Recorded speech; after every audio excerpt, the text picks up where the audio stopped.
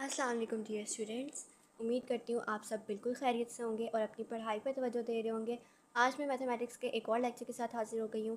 जैसा कि आप लोग जानते हैं कि एक्सरसाइज 1.1 हम कंप्लीट कर चुके हैं प्रीवियस वीडियोस में। अगर आप लोगों ने वो वीडियोस नहीं देखी तो आप मेरे चैनल पर देख सकते हैं। आज हम एक्सरसाइज 1.2 स्टार्ट करेंगे और उसमें जो है ज़्यादातर प्रॉपर्टीज़ का काम है, तो हम पहले आज प्रॉपर्टीज़ को ही डिस्कस करेंगे। चलिए ओपन करते हैं। पहले तो आप यहाँ पे एक्सरसाइज 1.2 को एक दफ़ा देख लें, क्योंकि मैंने आपको बताया था कि प्रॉपर्टीज़ ही सारी इस पर हैं। तो ये देखिए, इसमें जितने भी क्वेश्चंस हैं, यहाँ पे क्वेश्चन नंबर 1 में भी लिखा है कि आपने आइडेंटिफाई करनी है प्रॉपर्टी ऑफ रियल नंबर। ठीक है, तो अगर आप प्रॉपर्टीज़ को पढ़ लेंगे तो आप इस एक्सरसाइज को खुद भी सॉल्व कर सकते हैं। सबसे पहले आपकी आती हैं प्रॉपर्टीज़ ऑफ रियल नंबर्स। ठीक है, पेज नंबर आपका बुक पे 8 है, तो आप इसको वहाँ से ओपन कर सकते हैं। अच्छा जी, प्रॉपर्टीज़ ऑफ रियल नंबर में सबसे पहली प्रॉपर्टी है क्लोजर प्रॉपर्टी। अब हम देखते हैं आप इसकी क्या डेफिनेशन लिखी है। Closure is derive from word closed. अब ये क्लोज्ड वर्ड से निकला है। क्लोज्ड का क्या मतलब होता है? किसी चीज़ का बंद होना, तंग होना। If the participants and the resultant belongs to the same set then they are set to be closed. अब देखिए, वो कह रहे हैं अगर आपके पार्टिसिपेंट यानी वो किसको कह रहे हैं? नंबर्स को, डिजिट्स को।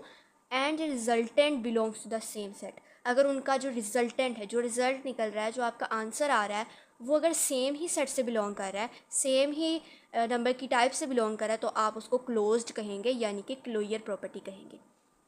अब यहाँ पे देखिए, एडिशन में इसका क्या रूल है।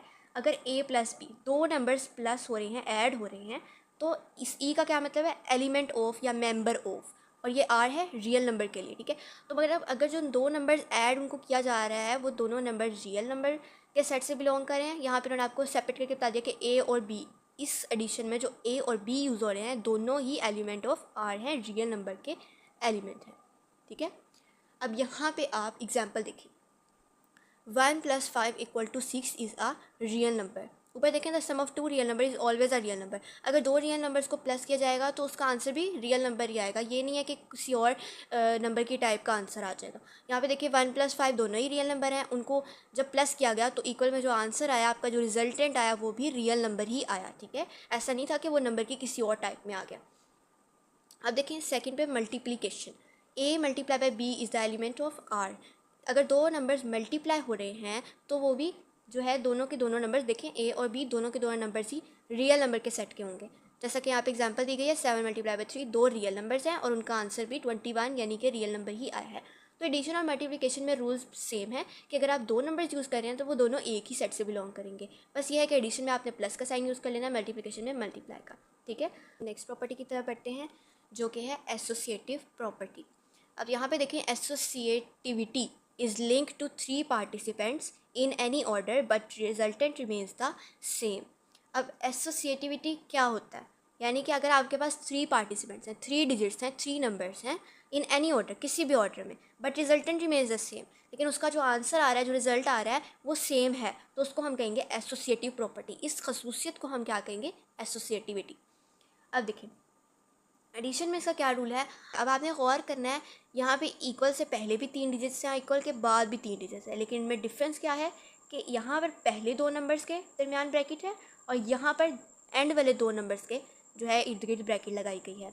लेकिन इन ब्रैकेट्स के चेंज होने से, इनकी जगह के चेंज होने से आंसर में कोई डिफरेंस नहीं आया है, आपका आंसर फिर भी सेम आएगा। और यहाँ पे भी क्या रूल अप्लाई हो रहा है, आप जो 3 डिजिट्स यूज़ कर रहे हैं, ए, बी और सी, ये तीनों एक ही ग्रुप से रिलेट कर रहे हैं, रियल नंबर से। तो अगर आप क्लोजर प्रॉपर्टी आपने पढ़ी है तो देखिए, सारे जितनी भी प्रॉपर्टीज़ हैं उनमें ये रूल ज़रूर अप्लाई होगा कि आप जो डिजिट्स यूज़ कर रहे हैं वो रियल नंबर एक ही ग्रुप से रिलेट करेंगे। अब इसकी एग्जांपल देख लेते हैं कि इस तरह कैसे हो सकता है कि ब्रैकेट अगर चेंज भी कर दी जाए तो भी आंसर सेम आएगा। अच्छा, पहले ये पढ़ लेते हैं। When 3 real numbers are added, जब 3 रियल नंबर्स को ऐड किया जाता है, it makes no difference which 2 are added first. इसमें कोई भी डिफरेंस नहीं आएगा, कोई भी मुख्तलिफ आंसर नहीं आएगा अगर जो है दो नंबर्स को पहले ऐड कर दिया जाए या फिर उनको बाद में ऐड कर दिया जाए, तो कोई इतना खास डिफरेंस नहीं आएगा। अब एग्जाम्पल देखिए, 1 + 5 + 8 = 1 + 5 + 8। अब बोलने में तो ये सेम ही लग रहा है, लेकिन इनकी ब्रैकेट्स देखें, यहाँ पर पहले दो के इर्द गिर्द है ब्रैकेट्स और यहाँ पे एंड वाले दो के इर्द गिर्द। तो देखिए क्या इसमें कोई चेंज आता है? 1 + 5 किया तो 6 आ गया, क्योंकि पहले आप ब्रैकेट को ही सॉल्व करते हैं, ये तो रूल है मैथमेटिक्स का। तो 1 + 5 = 6 आ जाएगा, +8 वैसे ही लिख दिया, और यहाँ पर भी पहले ब्रैकेट को सॉल्व करेंगे, 5 + 8 13 आ जाएगा, 1 प्लस वैसे ही। अब 6 + 8 और 1 + 13 दोनों ही 14 होता है, तो आपका आंसर सेम आ गया। अब नीचे जो मल्टीप्लिकेशन है, मल्टीप्लिकेशन में भी सेम ही रूल अप्लाई हो रहा है, मतलब कि अगर ब्रैकेट्स की जगह चेंज कर दी जाएगी तो भी आंसर में कोई फ़र्क नहीं आएगा, बस यहाँ पे मल्टीप्लाई का साइन यूज़ किया गया, वहाँ पे एडिशन का साइन, ठीक है। अब हम नेक्स्ट अपनी प्रॉपर्टी की तरफ चलते हैं, identity element. A unique element in a set that when added to or multiplied by any other element does not change its value is referred to as an identity element.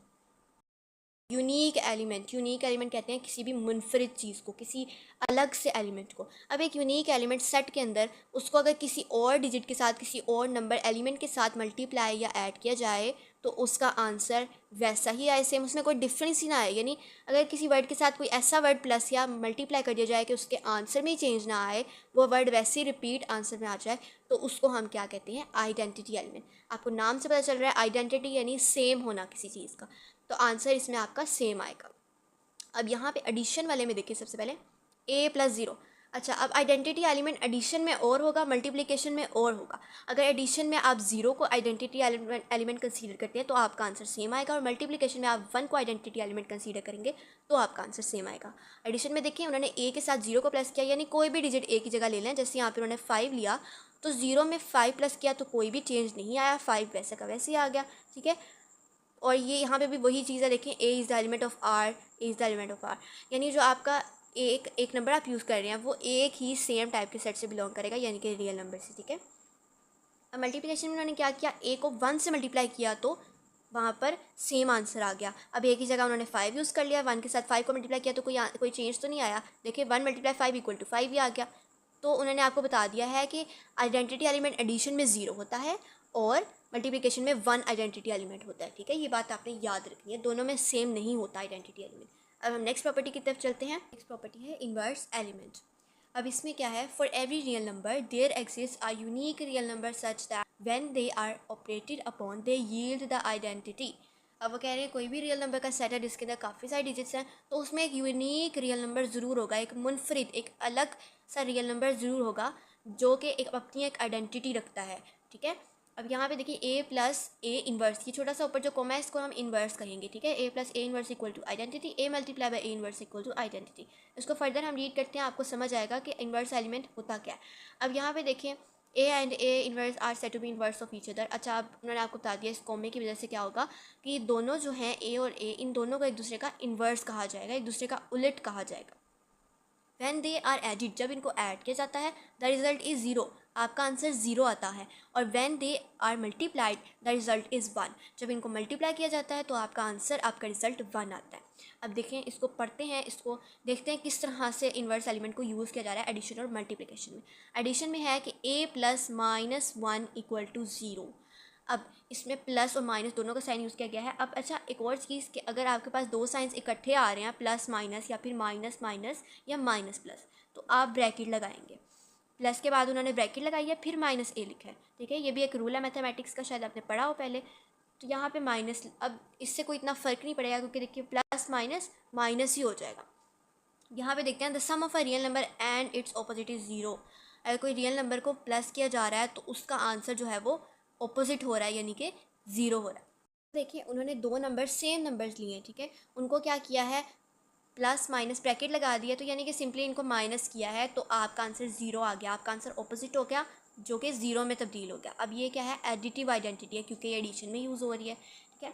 So 5 and -5 are additive inverse of each other. अब 5 और -5 एक दूसरे के क्या हो गए, additive inverse, एक दूसरे के उलट हो गए एडिशन की प्रॉपर्टी के अंदर, एडिशन के रूल में।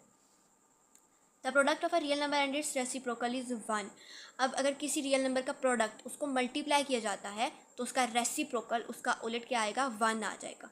जैसे कि उन्होंने यहाँ पे लिया मल्टीप्लिकेशन में, a मल्टीप्लाई 1/a = 1। अब ये a और a एक दूसरे से कट हो जाएगा और सिर्फ 1 रह जाएगा, तो ये आपका मल्टीप्लिकेशन में आपका रेसिप्रोकल आ गया, आपका इन्वर्स एलिमेंट आ गया। एग्जाम्पल देखिए, 5 × 1/5 = 1।